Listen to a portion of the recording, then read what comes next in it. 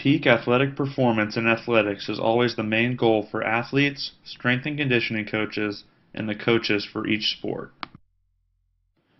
Countless hours are spent planning practices, weightlifting protocols, and conditioning schedules to make sure each athlete is in the best position to succeed for upcoming competition.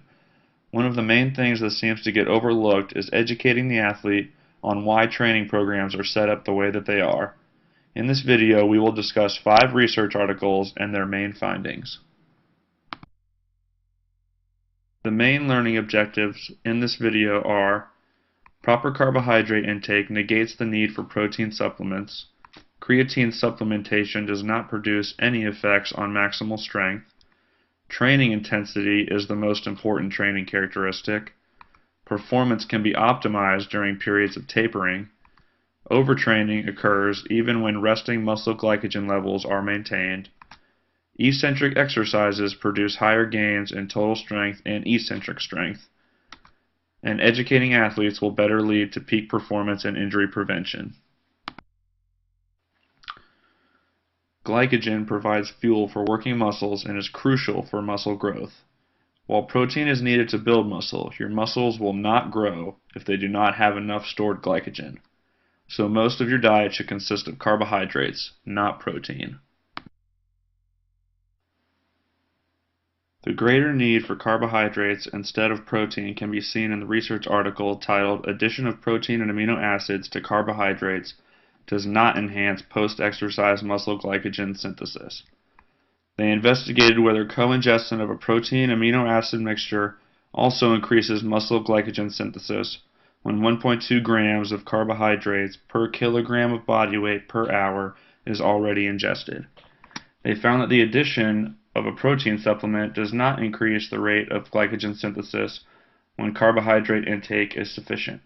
The total amount of glucose intake after exercise seems to play a more important role in muscle glycogen synthesis. Even though carbohydrates are better for an athlete, they will still take protein supplements because they are fast and easy. Many athletes don't understand that what they put into their body has just as much impact on their performance as going to the gym or to practice. Educating athletes on the importance of their diet is key to maximizing their muscle glycogen resynthesis and in turn maximizing their athletic performance.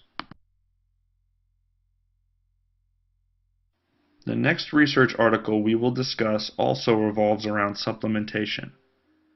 The effects of low-dose creatine supplementation versus creatine loading in collegiate football players is a research article that compares the effects of low-dose creatine supplementation to the creatine loading protocol for 10 weeks on 1 rep maximum squat strength, creatine excretion, and percentage of body fat in highly trained collegiate football players.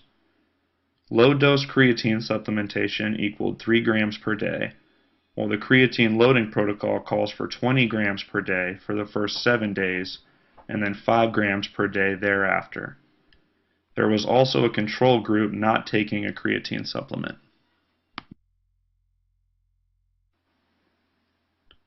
All subjects had their 1 rep max squat strength increase at the same consistent pace, pointing toward the periodized resistance training program being the cause of the strength increases. The results also show that creatine monohydrate does not produce any effects on body composition in highly trained athletes, so it does not seem to build muscle mass. The issue with creatine supplementation is that while it seems to make people look bigger, it does not appear to be beneficial to athletes. With little to no positive effects and the possibility of long-term negative effects such as anxiety, fatigue, headache, and kidney problems, it is strongly advisable for athletes not to use creatine as a supplement. Research has shown that supplements such as fish oil, magnesium, and zinc do help athletic performance. Now we will get into the actual training aspect of athletics. The research article titled "The Influence of Training Characteristics and Tapering on the Adaptation in Highly Trained Individuals" looked at the following training characteristics: training volume, training frequency, initial fitness level, training intensity, the effects of tapering, and the influence of taper duration. Results show that training intensity appears to be the most important factor influencing response to training in highly trained athletes, providing the necessary volume and frequency are assured. However, the study did also show that training volume does lead to improvements in sedentary and moderately trained individuals. Another key finding in this article is that performance can be optimized during periods of tapering preceding major competitions by significantly reducing training volume, moderately reducing training frequency, and small to no reductions in training intensity. Positive physiological and performance responses to tapering last from 4 days to 4 weeks. Athletes tend to believe in training volume and training frequency because they got positive adaptation responses when they first started training. This makes it hard to get them to taper before competition. Explaining why your athletes need to taper and the benefits of it is just as significant as designing the workout itself. Athletes that think volume and frequency are the most important factors in training can sometimes train too much, overtraining their bodies. Overtraining is the accumulation of fatigue that occurs during a series of training sessions where the body has little recovery time in which to make the necessary repairs. Overtraining can lead to a cyclic phenomenon involving psychological, physiological, and underperformance responses that positively feed upon each other to deepen underperformance over time. A research article titled Overtraining Following Intensified Training with Normal Muscle Glycogen decided to figure out if athletes could still become overtrained even if they consumed appropriate amounts of carbohydrate during a period of increased exercise training.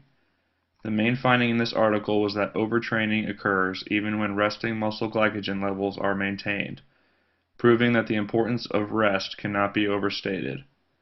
The psychological well-being of an athlete decreases during periods of heavy training. If an athlete experiences overtraining, it is essential for them to be given 10 to 21 days to recover from the psychological effects of overtraining. Mental strength and mental health are just as important as physical abilities during competition, and are vital to an athlete's quality of life after their playing days are over. A potential problem with overtraining is that there is not one main indicator that has been shown to correctly predict it, which makes it more difficult to catch. A key concept to consider when avoiding overtraining is the concept of individualization. This concept basically states that each athlete is different, and a training program will only provide optimal adaptation if it is designed with that particular athlete in mind. The same can be said for avoiding negative effects. Some athletes may be able to handle an increase in intensity, while that same increase may push others over the edge towards overtraining. That is why it is important to educate athletes and coaches on the many signs of overtraining. The positive answers to 3 or more of the following questions makes it likely the athlete is overtraining. Putting up a list of these questions in the gym for athletes to ask themselves during and after workouts would be very beneficial.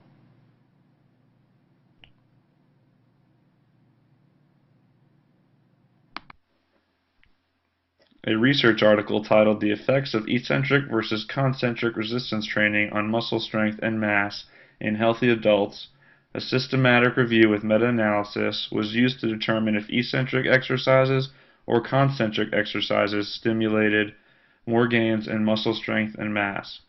The results showed that when performed at higher intensities, eccentric exercises produce higher increases in total strength, eccentric strength, muscle mass, and muscle cross-sectional area. A potential issue with these findings is when to use eccentric exercises so that it is safe for the athlete. It has been shown that eccentric exercises are more beneficial to an athlete in regards to increasing muscle strength and mass, but it also promotes more transient muscle damage, soreness, and force impairments. So to maximize performance and prevent injury during in-season competition, eccentric exercises should be increased in the off-season and with an emphasis on proper form and mechanics. Athletes have to trust their trainers and coaches and believe in the process of their training program, or they won't follow it.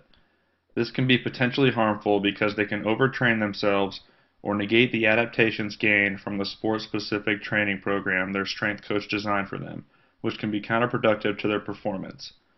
The best way to gain their trust is to communicate with them and teach them why their training program is set up the way it is. It would be a good idea for coaches to schedule education seminars for athletes and explain what a diet should consist of and why. The same can be done to teach them why training programs are designed the way they are. Show the athletes research findings to prove that it is not your personal opinion as a coach. Nobody can argue with facts. There are 6 key points to remember from this video. 1. Additional protein and creatine supplements are not needed as long as athletes eat the right foods and train using a periodized resistance training program. 2. Training intensity is the most important training characteristic when working with highly trained athletes. 3. Performance can be optimized during periods of tapering lasting 4 days to 4 weeks. 4. Overtraining occurs without proper rest, even when resting muscle glycogen levels are maintained. 5. Eccentric exercises produce higher gains in total strength and eccentric strength than concentric exercises, but they should only be done in the off-season with an emphasis on proper form and mechanics. And 6. Communication between athletes and coaches is crucial to educating athletes and stopping them from potentially hurting themselves and their performance.